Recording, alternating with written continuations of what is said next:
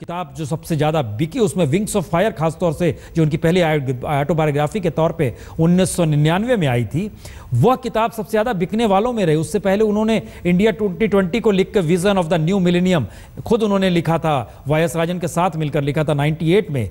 ये सारी किताबें जो उनकी बताती हैं, जो अलग अलग उनके थॉट्स थे, उनके जो विचार थे। इस वक्त अरुण जेटली, जाहिर है उनकी सरलता का जिक्र हर कोई कर रहा है। और ये भी हम बता दें कि दरअसल इतनी तमाम पहचान के बाद भी 2009 में दिल्ली के हवाई अड्डे, अंतर्राष्ट्रीय हवाई अड्डे पर जब जांचा जा रहा था, तब उसको लेके, जबकि वो लिस्ट जो होती है जिसमें एग्जम्प्ट किया जाता है कि आपको सिक्योरिटी स्क्रीनिंग नहीं होगी, उसमें उनका नाम है, बावजूद उसके वो एक आम शख्स की तरह वहाँ ट्रैवल कर रहे थे। हमारे साथ सोमनाथ चटर्जी भी इस वक्त जुड़ चुके हैं। सोमनाथ जी, किस रूप में याद आज कलाम साहब को किया जा सकता है? हाँ, तो ये बहुत दुखद बात है। हम तो कभी सोचा नहीं जी। अब थोड़ा खबर मिला था जो उन्होंने थोड़ा तबीयत ठीक नहीं है, वहाँ हॉस्पिटल में शिलांग में जो था उनको ले गया है। बट न्यूज इतना बुरी खबर, तो गोल्ड फ्रॉम द ब्लू लगते हैं। ये बहुत हम तो दुखद की खबर है। उनके हिंदुस्तान के सबसे जनप्रिय राष्ट्रपति भी थे और देश के लिए, इसके भलाई के लिए सब लोग को उन्होंने इंस्पायर किया, उत्साह दिया है अच्छा काम करने के लिए, देश में डिसिप्लिन के लिए बोला है। तो उनके निधन में देश का बहुत क्षति हो गया, कोई संदेह नहीं है। उनके मेमोरी में हमारा रिस्पेक्ट उनको बता देते हैं। और हम जनता को यही अपील करते हैं कि इस बारे में नहीं, इतना उन्होंने कोशिश किया है, उनके लिए उनके प्रॉपर रिस्पेक्ट करने के लिए हम लोग कोई सा काम करना है जो उन्होंने करते थे। हमारा और रिस्पेक्ट हम देते हैं उनका मेमोरी में। जी, बहुत बहुत शुक्रिया सोमनाथ जी। जाहिर है एक ऐसा शख्स जिसकी पहचान मिसाइल मैन के तौर पर, जिसकी पहचान भारत के पीपुल्स प्रेसिडेंट के तौर पर, लेकिन जिसका बचपन अखबार बांटा करते थे, परिवार में इनकम के कोई दूसरे साधन नहीं थे, बेहद गरीब और मुफलिसी जीवन जीने वाला शख्स, तमिलनाडु में रामेश्वरम में उनका घर, रामनाथपुरम डिस्ट्रिक्ट आप कह सकते हैं, वहाँ पर रामेश्वरम, वहाँ पर उनका घर, और वहाँ पर वो अखबार बांटते थे घर घर जाकर। हॉकर जो होता है उसके ज़रिए उनको किस रूप में, परिवार की वही एक थी, उससे पहले पिताजी भी वही करते थे, लेकिन उसके बाद स्कूल में पढ़ना, एक एवरेज तरीके से नंबर मिलना, लेकिन उसके बाद धीरे धीरे पढ़ने में इतनी ज़्यादा रुचि, ख़ास तौर से मैथमेटिक्स में उनकी बहुत रुचि, लेकिन बिल्कुल एक साधारण लड़के की तरह बचपन में बिना चप्पल, बचपन का वो जीवन, वो सारी बातें उनके साथ जुड़ी हुई है। ये सारी चीज़ें हमारे साथ संजय भी हमारे साथ जुड़े हुए हैं। संजय, हमें तो 2-3 चीज़ बहुत याद आती है, ख़ास तौर से देश के भीतर उस वक्त आक्रोश हो गया था जिस वक्त John F Kennedy airport New York में सितंबर 2011 जब उनकी जांच की गई थी, उसके बाद देश के भीतर था कि क्यों ऐसा किया गया। उससे पहले हालांकि डॉक्टर कलाम की पहचान, जिस सरोकार का जिक्र बार बार हो रहा है, ये बहुत महत्वपूर्ण है, क्योंकि खुद उनका एक सपना था कि वो फाइटर पायलट बने। ये बड़ा महत्वपूर्ण है क्योंकि इंडियन एयरफोर्स की जब उन्होंने परीक्षा दी थी, उस समय उनकी रैंकिंग 9th आई थी, लेकिन उस वक्त 8 लोगों की ही जगह थी और वो फाइटर पायलट नहीं बन पाए, और उसके बाद उनका कैरियर साइंटिस्ट की तरफ मुड़ गया। लेकिन जिस बात का जिक्र हम लगातार कर रहे हैं, चाहे वो कहीं भी किसी भी रूप में मौजूद रहें, वो कभी भी इस रूप में नहीं अपनी मौजूदगी दिखाए कि वो ये काम नहीं कर सकते हैं। मद्रास यूनिवर्सिटी में वो स्कॉलरशिप चाहते थे और दिन रात जग के उन्होंने अपना कोर्स पूरा किया और डीन को उसके बाद देना पड़ा। इस वक्त हमारे साथ शरद यादव जी भी जुड़ चुके हैं। शरद यादव जी, आप तो खुद बहुत करीब से आपने देखा, खासतौर से बतौर राष्ट्रपति जब कलाम साहब थे, कौन सी ऐसी याद है जिसको आज हमको लगता है आपको बांटना चाहिए देश के साथ? कि जो आइडियल्स हैं, आदर्श हैं, उनके वो एक बड़े प्रतीक थे। जो साइंटिफिक टेम्पर है, जो जो विज्ञान का एक तरह से बेहतर इस्तेमाल है और बच्चों से लेकर हर तरह की जिंदगी के लिए वो आइडियल थे, आदर्श पुरुष थे। और देश अभी तक, आज जब उनका इंतकाल हुआ है, इस समय तक भी सक्रिय, यानी पूरी तरह से अपने जीवन के एक एक पल को इस्तेमाल करने वाले और देश के भविष्य को और कैसे भविष्य उज्जवल बनेगा उसके बारे में चारों तरफ अपने विचार रखने वाले 2020 विजन एक आइडिया उन्होंने दिया। और एज ए इंसान है ना, कह सकते हैं आपकी ऐसा आइडियल आदमी जो है वो बहुत कम मिलता है। और उन्होंने एज ए राष्ट्रपति सलाहकार थे अटल जी के, वो सुरक्षा सलाहकार थे। उन्होंने कितने ही इतिहास में जो विज्ञान है उसके एवोल्यूशन में सहयोग किया। आज उनका निधन जो है वो सही में इस देश के लिए बहुत बड़ी क्षति भी है, आघात भी है, और वो हमेशा प्रेरणा के स्रोत हम लोगों के बने रहेंगे। और राष्ट्रपति बनाने में हम लोगों ने बड़ी अहम भूमिका निभाई थी, लेकिन वो बड़ी बात नहीं है। वो अपने आप ही बहुत ऊंचे कद के बेहतर इंसान थे और उनको देख करके अच्छा समाज बने, ये आप अच्छे समाज को बनाने का एक चलता फिरता आइडियल था, वो आदर्श था। इसलिए मैं उनको अपनी श्रद्धांजलि अर्पित करता हूँ और उनने जो प्रेरणा दी है वो प्रेरणा को हम लोग आगे बढ़ाएं, यही सच्ची श्रद्धांजलि उनको मानता हूँ। बहुत बहुत शुक्रिया शरद जी, बहुत बहुत शुक्रिया। हर कोई अपनी श्रद्धांजलि दे रहा है, चाहे वो राहुल गांधी हो या लता मंगेशकर हो, हर कोई अपने तरीके से याद कर रहा है। और ये बड़ा महत्वपूर्ण है कि हर क्षेत्र के लोग आज की तारीख में याद कर रहे हैं और उस यादों के साथ उनकी बहुत सारी यादें इस रूप में जुड़ी हुई है क्योंकि उनकी पहचान हमेशा इस रूप में रही जैसे वो शिखर पर है लेकिन उनके पांव हमेशा जमीन पर रहे। बहुत कम राष्ट्रपति इस रूप में मौजूद इस देश के भीतर भी रहे जो राष्ट्रपति भवन से निकले तो उसके बाद भी उनकी आवाजाही किसी एक आम शख्स की तरह एक ऐसे शिक्षक के तौर पर जनता के बीच लगातार रही जो कि अपने ज्ञान को लोगों के बीच बांटते भी रहे और खुद ज्ञान अर्जित करने के लिए देश और दुनिया के अलग अलग हिस्सों से जुड़ते भी रहे।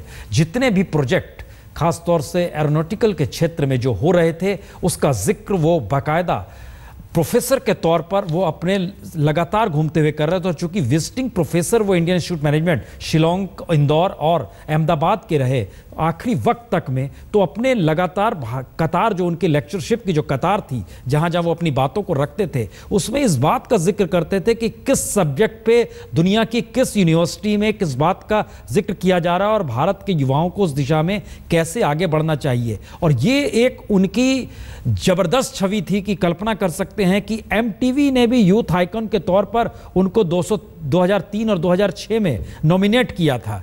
फिल्म उन पर बनी, उनकी पहचान जिस रूप में रही।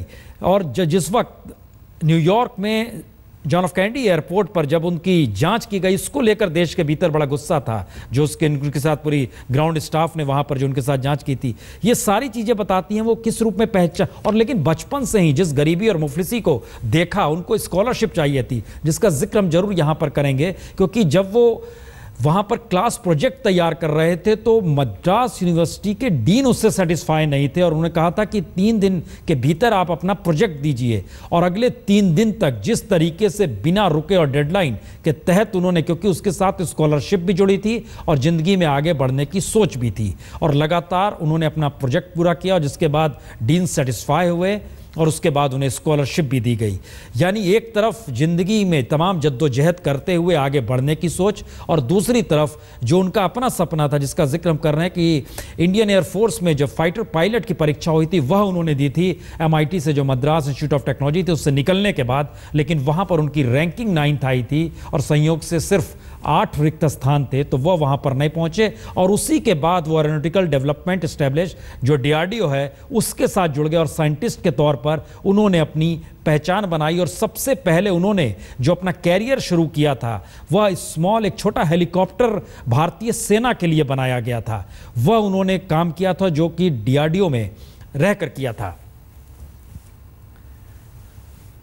लता मंगेशकर ने ट्वीट के जरिए अपनी श्रद्धांजलि दी है और उन्होंने उसमें लिखा है कि अभी अभी मुझे खबर मिली कि हमारे पूर्व राष्ट्रपति भारत रत्न डॉक्टर APJ कलाम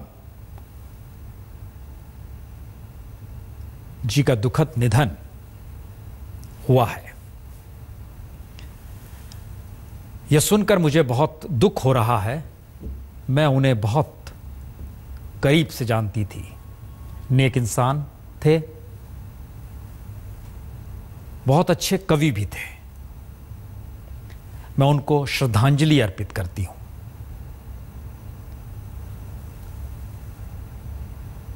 लता मंगेशकर अगर याद कीजिए तो उन्हें भी नॉमिनेट किया गया था और उन्हें भी संसद में लेकर आया गया था। शाहरुख खान अभिनेता डॉक्टर कलाम के निधन की खबर सुनकर बेहद दुख हुआ।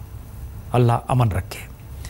कमोवेश हर क्षेत्र के लोग, चाहे वो बॉलीवुड से जुड़े हुए लोग हों, चाहे वो राजनीति के क्षेत्र से जुड़े हुए हों, पॉलिटिशियन हों, चाहे वो एजुकेशनिस्ट हों, चाहे वो डॉक्टरेट हों, आप ध्यान दें तो हर कोई अपने तरीके से उन्हें श्रद्धांजलि अर्पित कर रहा है। सुषमा स्वराज विदेश मंत्री, उन्होंने भी ट्वीट के जरिए APJ कलाम को याद किया है। उनका कहना है डॉक्टर APJ कलाम जनता के राष्ट्रपति थे, पीपुल्स प्रेसिडेंट, जिसका जिक्र हम बार बार कर रहे हैं। ये नाम उन्हीं के साथ जुड़ा। हम आपको चंद तस्वीरें दिखलाते हैं उस अस्पताल की जहां उन्होंने आखिरी सांस ली। वहां पर जो लोग मौजूद थे और ख़ास तौर से Indian institute of management Shillong के वहाँ डॉक्टर्स, वो सभी की मौजूदगी, जो आखिरी तस्वीर थी जहाँ पर उन्हें लाया गया था। और उससे पहले जो आखिरी तस्वीर एक हम दिखला रहे हैं, दरअसल ये शिलोंग हवाई अड्डे की तस्वीर है जिस वक्त वो शिलोंग पहुँचे थे। ये गुवाहाटी एयरपोर्ट की तस्वीरें हैं, खासतौर से हम आपको बतला दें वो शिलोंग के रास्ते पर थे, गुवाहाटी एयरपोर्ट पर उतरे थे। लेकिन दूसरी तरफ जो है जहां पर उन्होंने आखिरी सांस ली थी, लोगों के भीतर गजब की बेचैनी उस वक्त थी। और लगातार जो खबरें आ रही थी उसमें इस बात का जिक्र था कि हॉस्पिटल में उन्हें भर्ती कराया गया है, वो अनकॉन्शियस हो गए, ये सारी जानकारी लगातार आ रही थी। लेकिन ये इस बात का जिक्र था कि इलाज चल रहा है और हर दिल में एक चाहत थी कि डॉक्टर कलाम की उम्र अभी नहीं है। हालांकि 83 बरस की उम्र होने के बाद भी जिस तरीके से वह फिट ही नहीं थे, बल्कि मानसिक तौर पर भी जो अपना संवाद लोगों से बनाते थे और जुड़ने की चाह जिस तरीके से लोगों में थी, और लगातार चाहे वो शिलोंग हो, लगातार अहमदाबाद हो, इंदौर हो, बेंगलोर का हो, इंडियन इंस्टीट्यूट ऑफ साइंस जो बेंगलोर में है वो हो, या फिर तिरुवनंतपुरम में जो खासतौर से Indian institute of space science and technology है वहाँ की स्थिति हो, या फिर अन्ना यूनिवर्सिटी जो कि वहाँ पर एरो स्पेस इंजीनियरिंग जहाँ पर वो प्रोफेसर रह चुके थे जो चेन्नई में। बहुमुखी प्रतिभा के धनी APJ अब्दुल कलाम, कल उनका पार्थिव शरीर दिल्ली लाया जाएगा। जो जानकारी निकल कर आ रही है, जो जानकारी आई है, पार्थिव शरीर कल दिल्ली में होगा, लेकिन रामेश्वरम में अंतिम संस्कार होगा। रामेश्वरम में उनके घर की पहचान आज भी रामेश्वरम के बच्चे बच्चे की जुबान पर है। और रामेश्वरम जब आप पहुंचते हैं तो वहीं से आपको मिल जाएगी जानकारी कि दरअसल कौन सा घर है APJ अब्दुल कलाम का, भारत रत्न APJ अब्दुल कलाम, उनका घर कौन सा है। ये जानकारी आपको रामेश्वरम में पहुंचते ही मिल जाएगी। ये पहचान वहाँ पर आज भी है। मछुआरों के बीच उनकी आवाजाही हो, गरीब मुफलिसों के बीच की आवाजाही हो, वहाँ पर मंदिर में जाना हो, वहाँ पर घूमना हो, लोगों से मिलना हो, सब जगहों पर उनकी मौजूदगी किसी एक सामान्य नागरिक के तौर पर रही।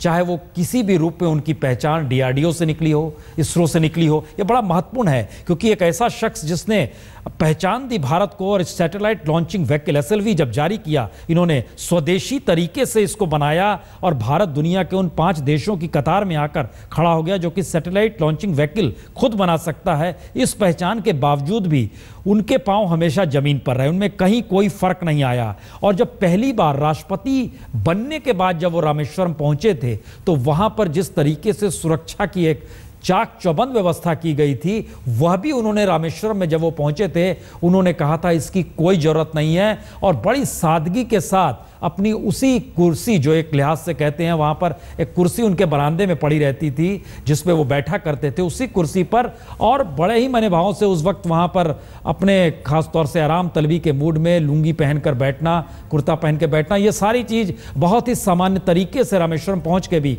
उनके परिवार में, उनके जो भाई थे या परिवार के दूसरे सदस्य थे, वह भी बड़ी मस्ती में लोगों से मिलना जुलना, किसी तरह से शिखर पर पहुंचने के बाद भी जिंदगी की उड़ान को लोगों से जोड़े रखना और देश को किस रूप में आगे बढ़ाया जाए, इस दिशा में इस वक्त हमारे साथ निर्मला सीतारमण भी जुड़ चुकी हैं। निर्मला जी, किस रूप में याद आपको डॉक्टर कलाम आज आ रहे हैं, भारत रत्न कलाम? एक अच्छे, सचमुच अच्छे व्यक्ति, हेलो जी, एक अच्छे इंसान हमारे बीच में नहीं है। राष्ट्रपति रहने के बावजूद भी वो कभी भी एकदम सरलता से सबसे मिले, सबसे बात किए, और जहाँ तो याद आते हैं बच्चे और युवकों को सपना देखने का मोटिवेट करते रहे और पब्लिक सर्विस में लास्ट मिनट तक जुड़े रहे। और सबसे अहम पॉइंट, वो भारतीय संस्कृति में एकदम फुल्ली रूटेड व्यक्ति थे। उनका संबंध इंडियन कल्चर से इतना ज़्यादा है जिससे आज वो एक आइडियल सिटीजन ऑफ इंडिया के नाते मुझे मन में कभी भी रहेंगे। और मैं एक आध बार मुझे अवसर मिला उनसे जाके बात करने का, डिस्कस करने का कुछ विषयों के ऊपर, और जब भी उनसे मिलकर मैं बाहर आई, मुझे कभी भी लगता था कि इतना सिंपल, इतना अचीवमेंट के बाद भी आप इतना सिंपल रह सकते हैं क्या? Modest to the very last, you know, इतना हम्बल एंड इतना मॉडेस्ट, एक अचीवमेंट, कितने अचीवमेंट के बाद भी रहना एक very ideal quality in a human being. It's a great loss to the country.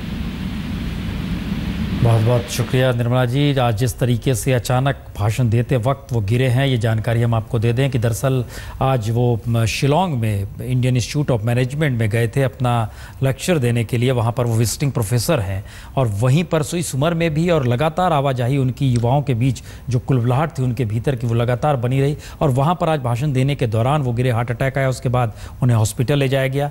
कल उनका पार्थिव शरीर दिल्ली लाया जाएगा, लेकिन उनका अंतिम संस्कार रामेश्वरम में होगा। रामेश्वरम में उनका घर जो एक अपनी पहचान के साथ जीता है। और शिलोंग के जो वहाँ पर जो लोग मौजूद थे और गंभीर हालत में जब उन्हें अस्पताल में जब भर्ती कराया गया था, तो किसी को इसका एहसास नहीं था कि वाकई ये उनकी आखिरी सांस वहाँ वो ले रहे हैं। क्योंकि जिस लहजे में वो पहुँचे थे, खुद पहुँचे, उसके बाद गुवाहाटी से कार के ज़रिए सफ़र, ये सारी चीज़ें बतलाती हैं वो बेहद फिट महसूस कर रहे थे। और जो उनका आखिरी ट्वीट था जिस समय वो शिलोंग जा रहे थे, उस समय भी उस वक्त उन्होंने लिखा था, शिलोंग जा रहा हूँ लिव विवन प्लेनेट पर, वो IIM में भाषण देने के लिए। इस वक्त हमारे साथ लोकसभा के स्पीकर सुमित्रा महाजन जी भी हमारे साथ जुड़ चुकी हैं। सुमित्रा महाजन जी, डॉक्टर अब्दुल कलाम, भारत रत्न कलाम को लेकर किस रूप में आप याद कर रहे हैं?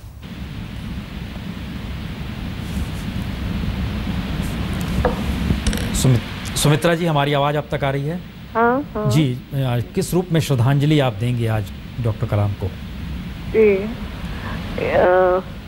मैं तो सचमुच जो इतनी सारी यादें आ रही है, क्योंकि मैं उस समय मंत्री भी थी जब वो राष्ट्रपति बने, और पहली बार एकदम जैसे ही उनका नाम आया था तो लगा था वाह, क्या व्यक्ति मिला है हमें राष्ट्रपति के नाते, ऐसा उस समय। और ये कायम रही बात जब तक वो राष्ट्रपति बने रहे, तब भी, उसके बाद भी। उनके साथ मैं गई थी फिलीपींस की यात्रा पर, बाद में एक बार गई थी जब हमारी सरकार जाने के बाद एज ए सांसद गई थी।